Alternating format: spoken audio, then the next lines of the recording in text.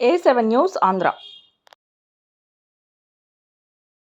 ఈ రోజు నూజివీడు మండలంలోని పోతిరెడ్డిపల్లి గ్రామంలో అంకమ్మ గుడి కూల్చివేతపై పోలీస్ శాఖ వారు తక్షణం చర్యలు తీసుకోవాలి కోరడం జరిగింది. ఈ కార్యక్రమంలో ఉమ్మడి కృష్ణా జిల్లా మరియు శివరామకృష్ణ నూజివీడు నియోజకవర్గ జనసేన నాయకులు మల్లేని సునీల్ కుమార్ పాల్గొన్నారు. నాయకులు మాట్లాడుతూ ఈ సమస్యపై తుది వరకు పార్టీలకు అతీతంగా మీ తరఫున పోరాడటానికి మేము సిద్ధమని, మీకు న్యాయం జరిగేదాకా అండగా ఉంటామని తెలియజేయడం జరిగింది. కులం అంతా కూడా ఆ రోజు శంకుస్థాపన కార్యక్రమంలో ఆడపడుచులు అట్లాగే ఇలవేల్పుని ఏర్పాటు చేసుకుంటాం కోసం అందరూ కూడా ఇక్కడ పాల్గొనడం జరిగింది.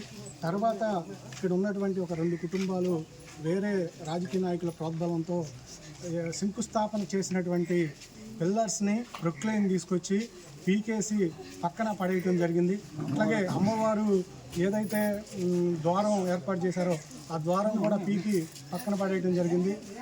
ఇక్కడ అంకమ్మ తల్లి అనేది గౌడ కులస్తుల ఆరాధ్య దైవం, కులదైవం. కానీ అమ్మవారిని పీకాలంటే కనీసం వాళ్ళకి భయం కానీ భక్తి రెండూ లేని పరిస్థితి ఈరోజు ఇక్కడ నెలకొని ఉంది. వాళ్ళు దాదాపు గత నెల 23వ తారీఖున వాళ్ళ అన్నీ కూడా పేర్చడం జరిగింది. ప్రొక్లైన్ తెచ్చి పట్టపగలు ఆ రోజు కేసు పెడితే ఈ రోజు వరకు కూడా పోలీసులు ఇక్కడికి వచ్చి విచారణ చేపట్టి సంఘానికి న్యాయం చేయని పరిస్థితిని మనం చూస్తూ ఉన్నాం.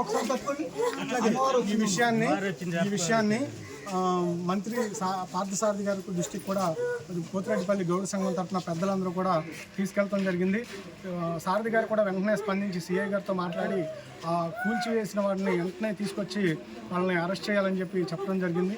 ఇది చెప్పి కూడా 2 రోజులు అవుతున్నా కానీ ఎవరి ప్రోద్బలంతో వీళ్ళు వెనక ఉండి వాళ్ళిద్దరికీ కొమ్ము కాసి ఈరోజు కొందరు కాపాడుతున్నారనేది స్పష్టంగా ఇవన్నీ కూడా చూస్తే అర్థమవుతూ ఉంది. కాబట్టి గౌడ కులస్తుల మనోభావాలని దెబ్బతీసే చర్యని ఊరుకునే ప్రసక్తే లేదు. వాళ్ళు ఎవరైతే గుడి నిర్మాణాన్ని పిల్లర్స్ మొత్తాన్ని కూల్చేశారో వాళ్ళ మీద చర్య తీసుకోవాలని చెప్పి మేము డిమాండ్ చేస్తూ ఉన్నాం. అలాగే ఎక్కడైతే వాళ్ళంతా పీకేశారో అదే స్థలంలో గుడి నిర్మాణం చేపట్టేదానికి పోలీసు వారు అంతా కూడా సహకరించాలని చెప్పి విజ్ఞప్తి చేస్తూ ఉన్నాం.